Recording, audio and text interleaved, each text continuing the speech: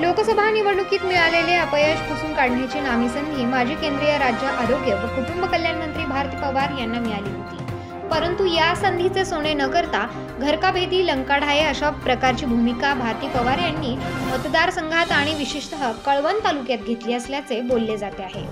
विधानसभा निवडणुकीत भारतीय जनता पार्टी व महायुती घटक पक्षातील उमेदवारांच्या प्रचार सभेला स्टार प्रचारक म्हणून भारती पवार यांची वर्णी सर्वांना भावली असती।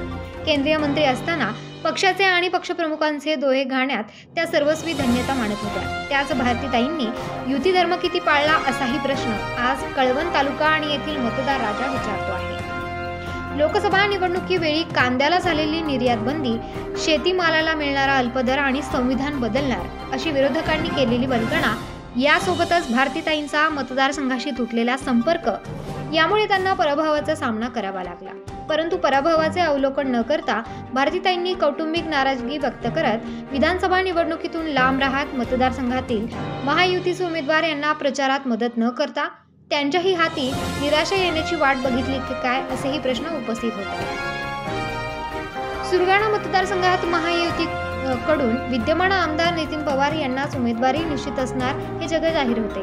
असे असताना नितीन पवार यांच्या विरोधात भाजपाचे सुरगाणा तालुकाध्यक्ष रमेश थोरात, कळवण येथील पाडगणचे माजी सरपंच बेबीलाल पालवी, तेही भाजपाचे पदाधिकारी यांनी युती धर्म न पाळता सरळ युतीच्या उमेदवाराला आवाहन करण्याचे साहस केलेच कसे हा देखील संशोधनाचा विषय आहे। महायुतीचे उमेदवार असलेल्या नितीन पवार यांच्या विरोधात अंतर्गत खलबते तालुक्यात व मतदारसंघात होत असताना मात्र भाजपा व महायुतीचा बालेकिल्ला मानला जाणाऱ्या अभोणा शहर, सुरगाणा शहर व कळवण शहरासह पूर्व भागातील सर्वसामान्य जनतेने आमदार नितीन पवार यांचा विजयश्री खेचून आणला।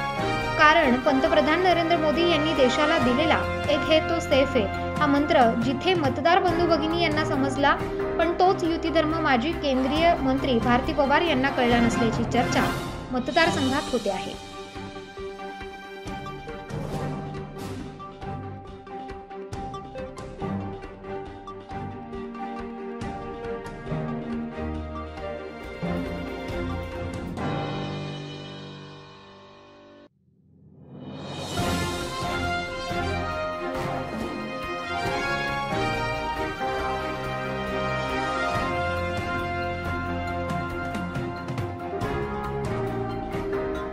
उत्तर महाराष्ट्र न्यूज नेटवर्कसाठी चेतन हिरे, कळवण।